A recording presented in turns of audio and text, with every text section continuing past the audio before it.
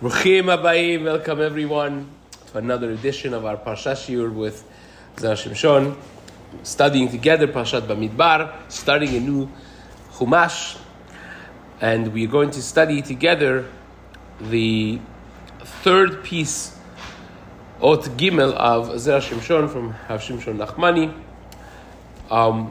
especially because going towards the Matan Torah, Parashat Bamidbar is always the parasha before Shavuot. And Shavuot is basically not just the commemoration, but it's really our wedding with HaKadosh Baruch Hu. Kafar lehem har kigigit. We learn the halachot of Kiddushin, much of the halachot of wedding and marriage and the canopy and all that, we learn from Har Sinai. HaKadosh Baruch Hu made the chuppah basically for us. And the analogy of it, which a person thinks about, and it makes it so much more meaningful, is think about Pesach as the birthday of Am Yisrael. When the pasuk says, "Who is like Hashem? Lavo lakacha lo goy mitoch goy, goy mikerev goy."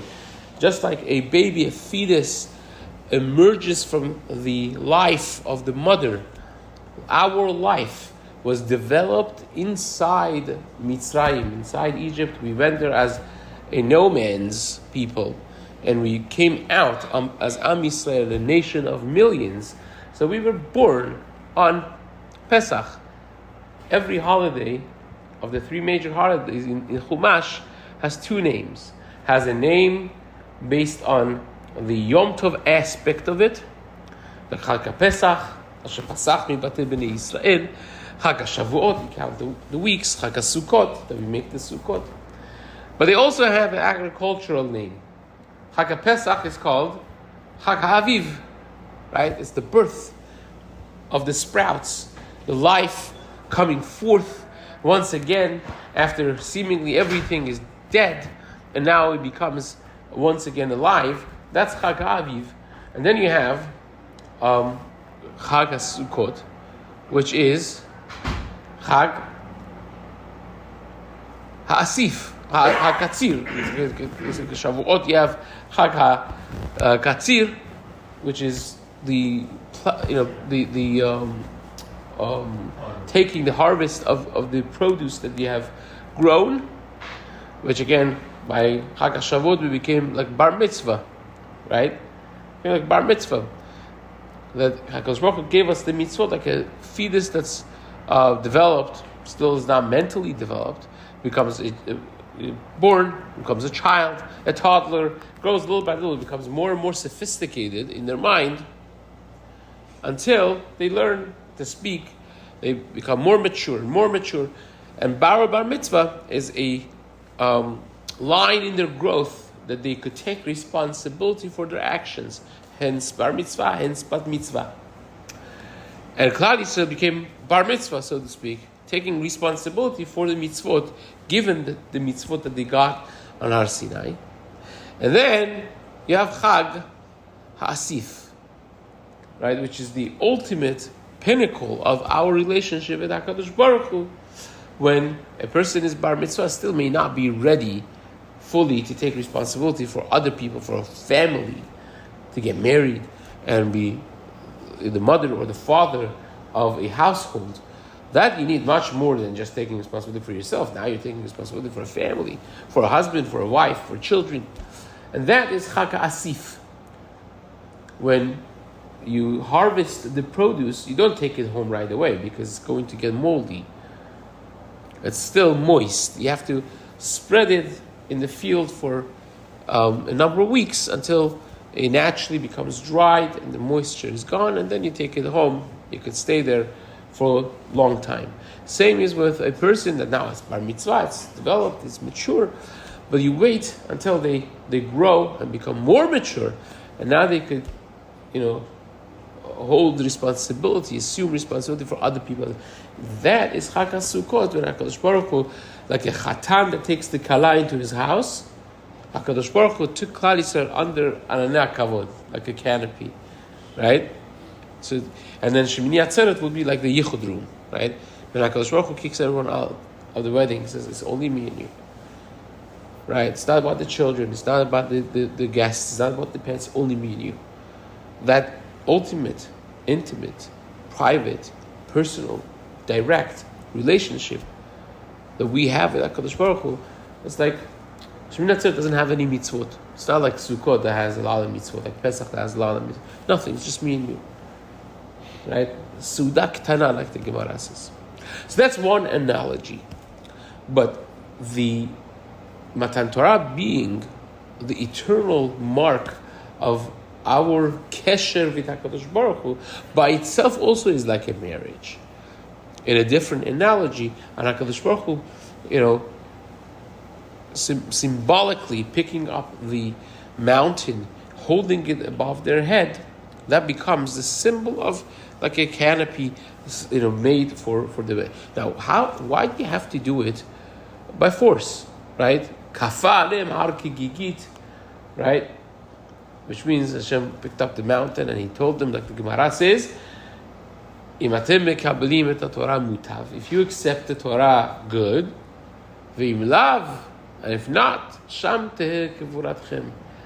That should be your burial place. That the mountain just rests back in its place, and sham teheh kevuratchem.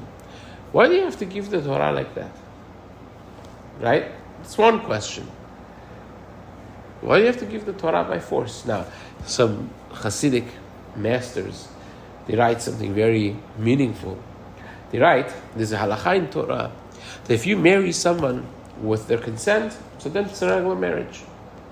You don't like it, then there's a way out with divorce.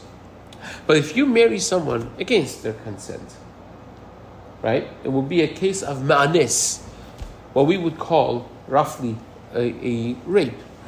Then what's the halakha?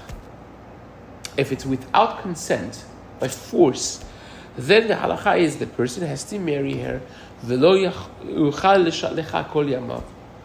cannot opt out of the marriage all of his life. He's stuck with the marriage. She may not be stuck with the marriage. He's stuck with the marriage. So the Hasidic masters say, one of the points of HaKadosh Baruch Hu picking up the mountain and doing it like this is, I am making myself stuck with you guys. I'm not going back. Like Navi we read, Hashem says, you guys say that I divorced you, right? Shlachai mechem, that your mother, which represents the earlier generations of Klal Yisrael, was divorced, was sent away. Where is the get, the Sefer Kiritut that I gave to him? I didn't do that. You were sent away as a consequence, but I never, says Hashem, would betray the promise that I gave. That my relationship with you is a Brit Olam, is a covenant that stands forever. When was that created? Where was that created? Was by Har Sinai, when HaKadosh Baruch Hu took us, like almost as honest. He said, you're standing there against your consent even, because I am never severing this relationship. It will never happen from me that I will reject you ever. And that's something amazing. It's something so powerful that regardless of where we stand, how low we could stoop and go down, that core of there may be consequences, there may be difficulties. Hashem may cover His face, so to speak, from us. He may send us away for a little short while, for us to learn. But the relationship and the brit, that cut is never severed. It's never broken. And that's a tremendous thing just by itself, just at the get-go, right? But still, we have to understand this a little deeper. So, of course, Parashat Bamidbar is the basis to Matan Torah, right? The Torah was given in the Midbar. There are a lot of analogies for that also. Just like Midbar is hefker, is open.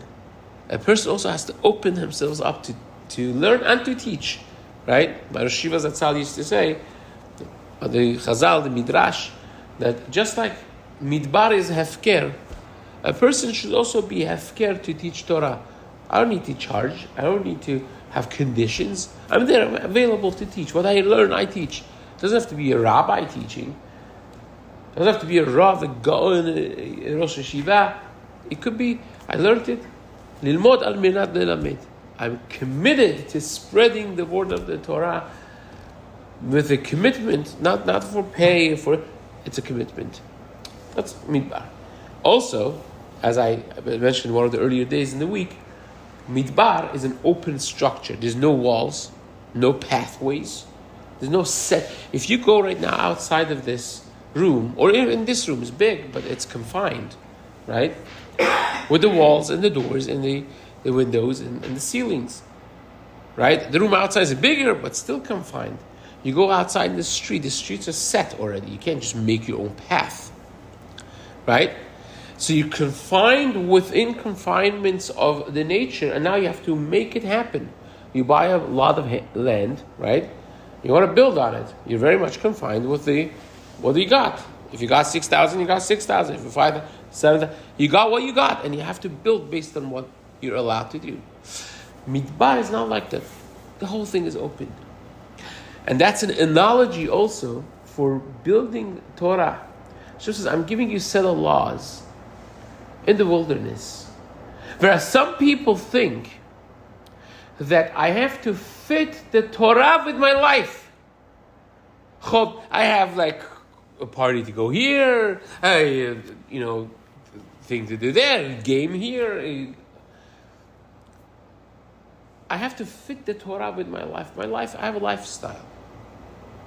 I'm an American Jew after all, right? I'm a Persian American Jew after all, right? That makes it even much more complicated to put up with all the Persian customs. And imagine, or Iraqi, or Moroccan, all the Akdoshim, the Assyrians, Baruch Hashem, right? I have to do it. I have to put up with it. So I'll do it when it's possible, right? Heinemann once told me, I said, the chidush, the novelty that was different in the mind of Moses Mendelssohn, right? Who was the creator and founder of the Reform movement. He actually wrote books. If you read his articles or you read his Perush on Chumash, you'll think some legitimate guy in Lakewood wrote it. You will never know. Khatam Sofer had students that actually used it for the drashot without even knowing necessarily that this was Moses Mendelssohn. And yet, Moses Mendelssohn, all of his children and all of his the disciples married Goyim and Goyot. He went such a sharp, fall. So what happened? He himself was like a legitimate scholar. I said like this, because the difference is one sentence, and a very subtle sentence which makes all the difference. Moses Mendelssohn said, we are not German Jews, but rather we are Jewish Germans. You see a difference? We're not German Jews. German Jew means I am a Jew, with everything that a Jew comes with the obligations and the restraints and the do's and the don'ts of the Shabbat and the Yom Tovs and the Kashrut laws and the Yichud laws and the Erva and Sniut and everything that is incumbent upon us as a Yid. That's what makes my essence what it is. It's not what I do, it is who I am. I'm a Yid. And yes, with the matzah ball soup and the kishka and the bor mesabzi and choresh and all those things, right? But that's what I am. Now, I happen to be in Germany. So I have to speak German for business. I have to mingle with certain co-workers and neighbors and associates. I have to know the culture of the laws and abide by them as a citizen. I may take interest in some of their pastimes, like a violin and music and whatnot, but that does not change who I am. A Jewish German is exactly the opposite. I am a proud German. That's who I am. I take pleasure in what they take pleasure in. I think like they think. I value what they value. and I dislike what they don't like. I happen to be a Jew, so, Shabbat is Shabbat. Do you get what are you going to do? You see the difference? I have 613 restrictions attached to me. I am an honest citizen, so I'll do them. Don't make a fuss. But you see the difference? The difference is one of them, their child is going to be more frum than themselves, because that's what the father values. They want it, they love it. You see the smile in their face. You see that what ticks the father is when they open a Chumash and read a little Gemara or a Mishnah or a Halacha, say Dvar Torah by Shabbat table. That's what ticks him. That's what makes him excited. Right? Ish lefi ma'alelo, the pasuk says. Ish lefi ma'alelo means the barometer of a person is ma'alelo. What are you me'alel? What do you praise? What makes you tick? What makes you smile? What puts a smile on your face? Is it running to shul and the kids are watching, recording everything, a 24/7 recorder, right? What's geschmack for the father, for the mother, right? That's what makes the difference. Or is it the challenge? Like there's this kid, right? The Rebbe asked, so what's the most important thing in the world? And all the kids said Torah, because that's what he taught them. And this kid said challenge. So it was a very uncomfortable, awkward moment. So this Rebbe says, why challenge? He said, Rebbe, it's simple because you teach us that Torah is the most important thing. But then I go home, and on Shabbat morning I want to say the Torah that you taught us, and I'm so excited. Over the cholent, when my father's eating cholent and he's eating the cholent. Rabbi, you have to be there to see him. He doesn't hear a word that I say. The cholent is so much better than the Torah. So Torah is the best thing. Cholent is better than the Torah. The cholent is the best thing. Kid, real story. Right? I don't know, the kid was shovav, but another kid, when became a Shabbos daddy, is supposed to make the kiddush every week on Friday. One of the kids make the kiddush, and the kid, puts the shtreimel on his head, the hat, whatever it is. He does all the shakals. When you have a 5-6-year-old do a kiddush, 7-year-old do a kiddush, what are they imitating? The father, right? This kid that he wanted to drink water, he was before the age that the parents started teaching him brachot. So he took the cup of water, he's thirsty, he says, Baruch Adonai, Boile Priya Gofen, because that's how he says once a week. He sees the father making Boile Priya Gofen on a cup, right? So they're recording the kids. And this kid made the kiddush as a Shabbos daddy. And then he puts the cup, he sits down, he takes the shtreimel, tosses it away, he says, I had such a hard week, right? The father, because they're watching. So if you wonder why his kids went off and they married goyim and goyot, because what he was proud was the German part. The Torah becomes restraints and restrictions. So it's just a matter of time. It's a time bomb. It may happen in the first generation, depending on how strong it is. It may happen in 3 or 4 or 5 generations. It ought to happen, because every generation it goes down. Nobody wants to deal with restraints and restrictions, right? We said the story once that, it's my all-time favorite story. This Jews that came in the 1800s and early 1900s to the United States, because things were tough in Europe.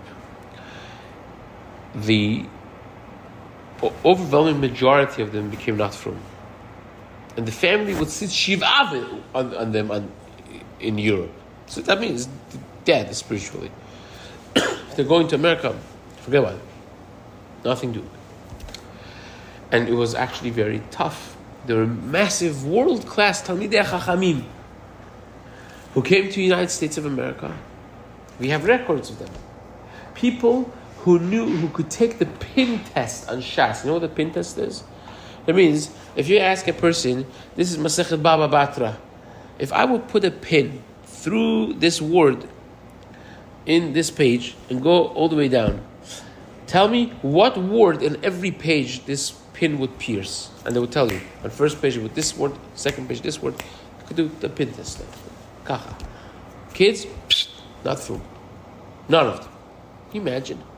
And then there was this one family that all the kids were kulam ahuvim, kulam berurim, kulam degulim. All of them were amazing, frum, fantastic, upstanding Jew. So somebody interviewed one of these kids, says, what was the secret of your father? How did you do it? He wasn't the massive Talmid Chacham. He wasn't the massive Torah scholar. What happened? He says, Pashut. Simple. You know what happened? You know what happened? Because all of my friends and my father, their father and my father, we witnessed it as kids. Every Friday they would be fired because they would tell the boss, I'm not coming on Shabbat. And the boss would say, if you're not coming on Shabbat, don't bother coming on Monday. Pink slip, fired. Imagine every Shabbat, every Friday night coming home, fired. Which means Monday morning you have to go back and look for another job. Good luck. And then get fired again on Friday.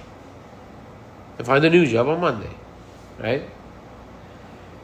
It's heartbreaking. She said, but all of my friends' fathers, they were dedicated Jews. They're not going to break.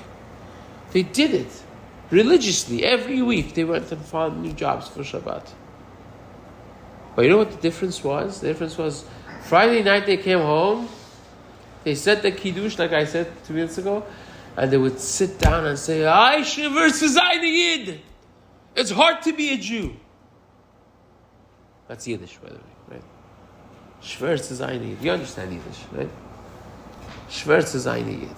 It's hard to be a Jew. I said, my friends grew up, it's hard to be a Jew. I don't want to be a Jew. I don't want to have a hard life.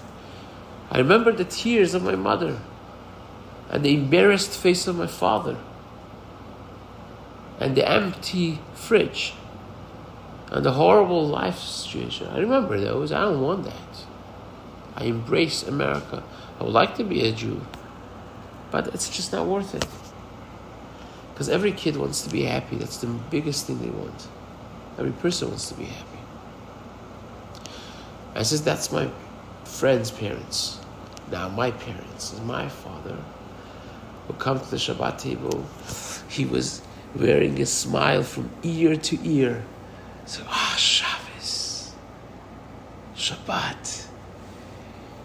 And he would sing Zemirot. And he was genuine.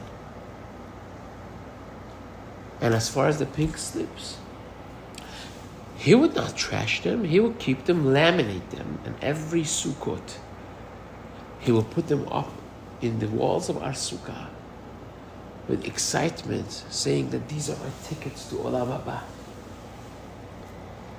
He was proud of it. He wore it as a badge of honor. See, you could grow up in this family and not be Shomer Shabbat? Can you imagine? No way. No way. But they were proud. Yidden, an American Jew, but a Jew. And that's really what the Matan Torah is all about. Bamidbar, the Torah was given to say there's no boundaries, there's no walls. You have to live the Torah as if there are no other things in your life. You don't fit the Torah in your life, but rather you fit your life in the Torah. The walls are the mitzvot. The furniture is what you want in your life. But when you hit a mitzvah, you hit a brick wall. There's no negotiating that. Those are the walls.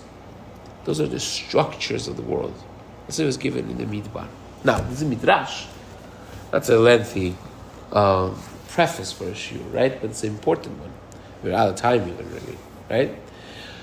But there's a midrash that he brings, and I didn't realize even how long I went, but there's a midrash that he brings over here.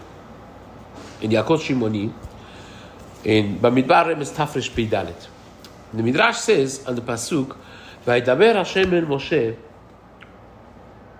which it says the full pasuk. But what it starts with, "Vaydaber Moshe b'midbar Sinai, Hashem Moshe b'midbar Sinai, b'ohel moed b'echad lachodesh hasheni v'hashana hasheni l'stam meretz Mitzrayim lemor." The Midrash says on this, "B'shash kibilu Yisrael et Torah." When Jews accepted the Torah, nitkanu b'hem umot haolam. All the goyim became jealous. Right? The Gemara even dashes, he doesn't bring it here, but Har Sinai shemimenu yarda sin'a le'olam.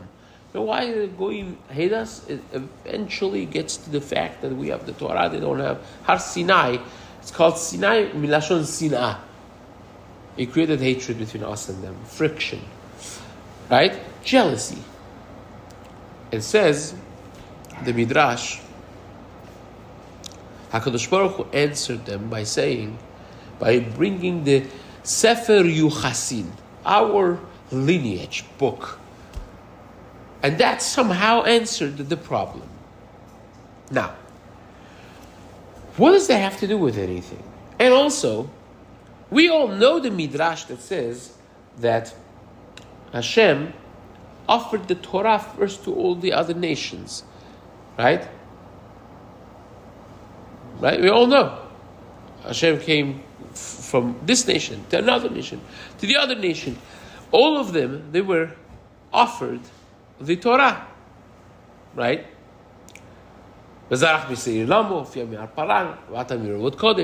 Right? And then Mimino Eshtat Lamo. He gave it to everyone. They said, we don't want. Thank you so much. Bnei Ishmael asked Hashem, what does it say? It says, Lo tinaf. They said, no, without the 70 things, we can't live, right? Esav, Lo tirtzach. No, al charbecha tichye. You can't. They didn't accept it. So what's there to be jealous? I offered it to you. You said, no thanks. I gave it to him, and now you're jealous. Well, right? So I'm going to paraphrase because we're out of time what he says, at least in the first teretz that he gives, that the Gemara says in Avodah Zarah Daf Bet, in the very beginning, that when HaKadosh Baruch Hu in Olam Haba wants to give schar, the reward of the Torah, he holds the Torah and says, whoever has established and done what it says over here, come and get its schar. And all the nations come running. And one by one they come. Edom comes first because mighty and big and powerful. I said, we did a lot of things. We built bridges. We did this. We did that. All of it we did because of Torah. Hashem says, you shotim shebaolam, crazy man. You did it for yourselves. You didn't do it for the Jews. Right? And the Gemara develops this and says that HaKadosh Baruch Hu took away the concept of the mitzuveh oseh from the goyim because they were not keeping the Sheva mitzvot b'Noach. They said, give it to us again. Give it to us, the Torah. We want the Torah now. Now that we realize how great it is. We want it. He said, no, but you had the opportunity of doing 7 mitzvot of the Noach. You didn't do them. And that was like the winning argument of HaKadosh Baruch Hu. That when you had the opportunity to do the mitzvot, you didn't do it. And now you're asking me to give you 613. I'm not doing it. Coming in a second. So, it says the Shimshon, that's the argument. They were saying, well, the Jews in Mitzrayim also didn't keep the 7 mitzvot. They were also doing Avodah Zarah. And HaKadosh Baruch Hu says to them, he says, no. Bring the Sefer Yuchasin, and you'll see that from Avraham to Yitzchak to Yaakov to the Shvatim to their sons, the 6 generations between Avraham and Yetziat Mitzrayim, they were dedicated. Even if they got into mistaken beliefs of bringing other powers, but they always had the dedication of the Jewish values. They were Jews at heart. We say this in Haggadah Shel Pesach. What zechut they had to come out? Because 3 things. They didn't change what? Names. The Jewish identity. What is that? Names? If you want to define identity to 3 cores, what are the 3 cores? Name. It's your identity. Right? As soon as you tell me your name is Ramin, so I know you're Persian. Right? When you say Nadav, I have no idea if you're Persian, if you converted to Persianism. Right? right? Moroccan maybe, like a different story, but that's the greatest thing. If you say Muhammad, I know the guy is like from a different. It defines Moshe. It's a Jewish name. Muhammad is a Muslim name. Paul is it this? Your dress code, right? If you're dressing like in the Arab, you're Arab. Europeans are different. Americans are everyone's different. And of course, language is the biggest one. They kept they were proud Jews. Hashem says, look, what we said before. I'm adding this to Zera Shimshon. Hashem said, their core, regardless of the level of observance, was a proud Yid. The one that puts the pink slips on the sukkah for the Christian said, this is my olam haba. When I'm moser nefesh, it's hard to come to night seder. I drop this and drop that and drop the other when I come. And that's what my ticket to olam haba is. Proud. It's not what you do, it's who you are. It's what defines our core existence. That is the key to Matan Torah. That's something that keeps us going and keeps our children attached, versus a person that sees the father dedicated but subrachim, broken and sad. And he would never want to be the next link in that chain. As we step into Matan Torah, that's where those smiles wide and open on our face, and carry yourself with a pride of, I learned. The kids should see the father with the Gemara every night. Shabbat, when you're not doing anything, what are you doing? You have the magazine in your hand, or you have the Gemara in your hand? You have the Halakha Shulchan Aruch in your hand. What do the kids remember you with? I never forget the eulogy of one of the Rabbanim many years ago. It made a roshem on me. I'll end with this. Sons and the friends of the sons who were their neighbors, they said, we never saw him without the sefer in his hand. Never. We can't remember this guy walking without the sefer.